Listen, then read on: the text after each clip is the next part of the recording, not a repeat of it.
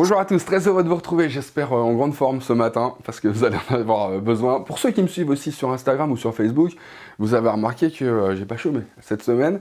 Je suis allé voir pas mal de choses, des nouveautés en termes d'accessoires, et puis des casques, des intercoms aussi.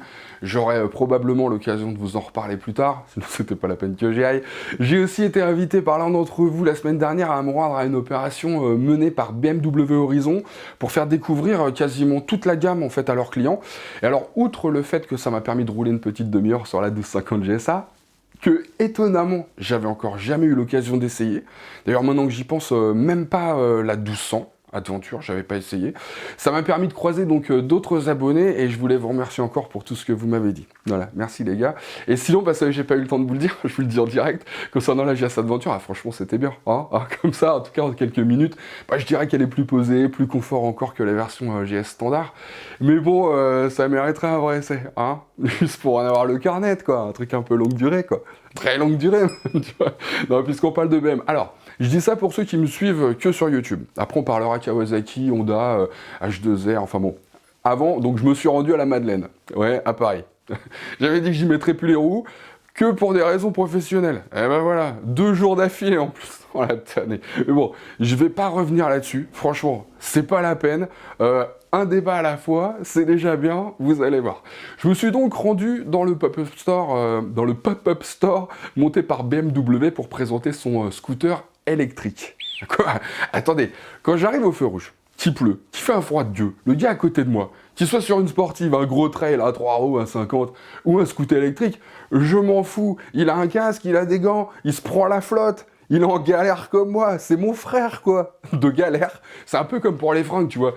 Au début, bon, tu fais le beau, quoi. Mais quand tu t'es pris 2-3 bonnes draches par des températures quasi négatives, tu vois, que t'étais obligé de freiner avec les poignets, tu vois, parce que t'avais les doigts tout gelés, t'es prêt à faire des trous dans un sac poubelle et à l'enfiler en mode poncho pour pas te tremper. Alors bon, tu vois, tu piquerais même les gants de ton fils avec la vieille tête de Pikachu dessus pour pas peler les doigts, quoi. Dis-le, sérieux. Oui, même des Hello Kitty, tu prends aussi, bien sûr. Tu peux pas toujours avoir la classe comme moi, quoi, tu vois. Non, quand t'es du genre roule toujours, tu finis souvent par renoncer à toute dignité vestimentaire à un moment, quoi. Faut être honnête. Bon, là, on parle pas de dignité, on parle de pragmatisme. Alors, à un moment, en dehors du fait que tu peux le trouver hyper cool, quand on te colle des rues à 30 km/h partout, des vignettes critères, et qu'on t'annonce que ton 2 roues va te coûter plus cher à l'arrêt qu'en roulant, je comprends qu'on rentre chez BMW pour se renseigner sur le CO04, tu vois.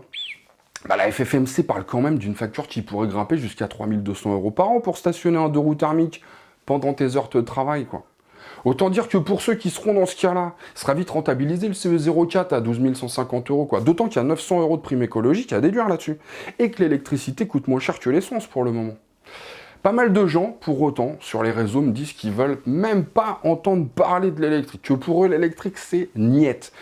Je comprends ça très bien d'une certaine façon, puisque je deviens fou, moi, à l'idée de mettre ma GSR 8 à la casse en 2024, parce qu'elle aura plus le droit de rouler dans ma région à cause de ces fichus critères, quoi.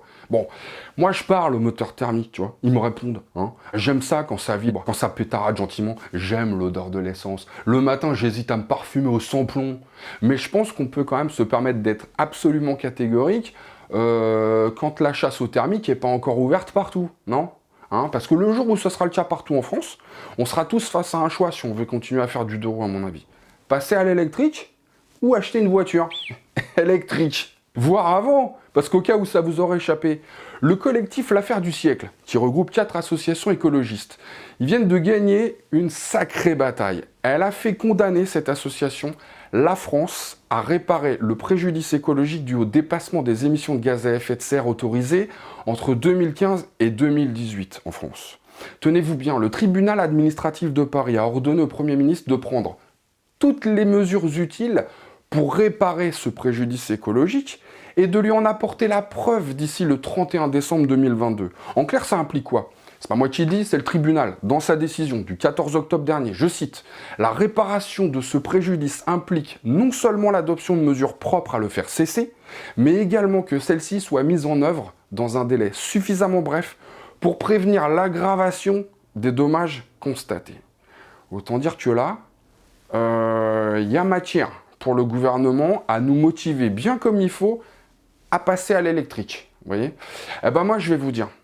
On me demande souvent ce que c'est ma moto préférée. Eh ben, ma moto préférée, c'est celle qui est capable de me donner ce petit sentiment de liberté, là, vous voyez, un petit peu inimitable comme ça, là. Vous savez très bien de quoi je parle. Eh ben, vous savez quoi? J'en arrive au point où tout ce que j'espère, c'est que les constructeurs moto, qui n'ont pas plus envie que vous et moi de passer à l'électrique, hein, j'en suis certain, hein, ils réussiront à les rendre aussi passionnantes que les thermiques d'aujourd'hui. Parce que si ça se vend pas, les 2 roues électriques, avec tout ce qui se passe là, quand les thermiques seront interdits, fini le 2 roues. Et là, c'est quoi le projet? Les transports en commun? Attends, tu veux voir ma tête dans le RR? Tu trouves que j'ai la classe là? Ah ouais? Bah la 3e classe alors, t'as vu ma tronche? Je suis rentré dedans, j'ai pris 10 ans. Non mais sérieux, il y a un vrai débat autour de ça quoi. Et moi je suis très pressé de savoir comment vous voyez les choses. Alors pour ça, il y a les commentaires, hein, et puis j'ai lancé un petit sondage, surtout vous n'hésitez pas, franchement, votre avis à tous m'intéresse, vraiment. Et pour ceux qui se demandent quand même ce que j'ai pensé du CE04 au final, pour l'avoir vu de près et même être monté dessus, hein, bah, je trouve qu'il a quand même une sacrée gueule ce CE04. Bah, après c'est très perso quoi. En tout cas ça change de tout ce qu'on voit jusqu'ici.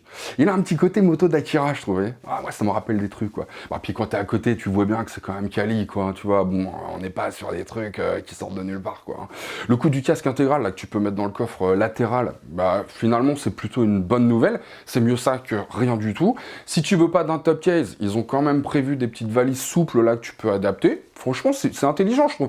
L'écran géant, c'est le même que celui de la RT. C'est quand même un sacré truc, tu vois. Ça en impose, quoi. En termes d'ergonomie, bah, c'est pas mal du tout. La selle est plus confortable qu'il y paraît, mais enfin, il y aura mieux en option. Hein. Et ça reste quand même un peu haut.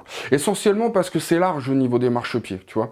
J'imagine que les actuels possesseurs de Cevo vont moyennement apprécier en revanche que l'autonomie ne soit que de 130 km. Mais d'une part, le CO04, bien que pas donné, c'est quand même 5000 € de moins que le Cevo Long Range. Et d'autre part, rien ne dit que BMW ne sortira pas aussi une version Long Range du CO04 un petit peu plus tard. On verra ce que ça va donner, quoi. Et non, je vais pas vous laisser repartir comme ça, en tout cas pas sans lancer l'opération Ninja. Eh ouais les amis, on part à l'autre bout du spectre là, en matière de moto, ça va vous faire du bien. Hein. Après l'électrique et la sobriété, et l'éloge de la lenteur, la démesure, la folie, Kawasaki continuera bel et bien de proposer la H2R en 2022. Et elle fera toujours 310 chevaux, 326 même avec le système Ram R. Tiens d'ailleurs, pour ceux qui comprennent pas, comme moi avant d'avoir demandé, hein, et c'était quand j'ai essayé la ZX10R d'ailleurs, ce que c'est que le Ram R. Bon, alors en fait, elle fait 310 chevaux sur un banc à rouleau. Ouais, bon. Mais quand elle roule, il y a de l'air qui s'engouffre dans un conduit, ça va gaver le moteur d'air frais, quoi, et là, bah, 326 chevaux, quoi. Ce qui donc, si mes chiffres sont bons, la ferait grimper sur la 3e marche du podium des motos les plus puissantes de l'histoire, juste derrière, alors, une marine équipée d'une turbine d'hélicoptère de 420 chevaux, rien que ça, et d'une Rapom V8 de 1000 chevaux, voilà. La bonne nouvelle, c'est que c'est toujours réservé à la piste, hein. Quelque part, je peux pas m'empêcher de penser que c'est peut-être pas plus mal. Une petite dernière pour la route, allez, ok, c'est vraiment parce que c'est haut, hein.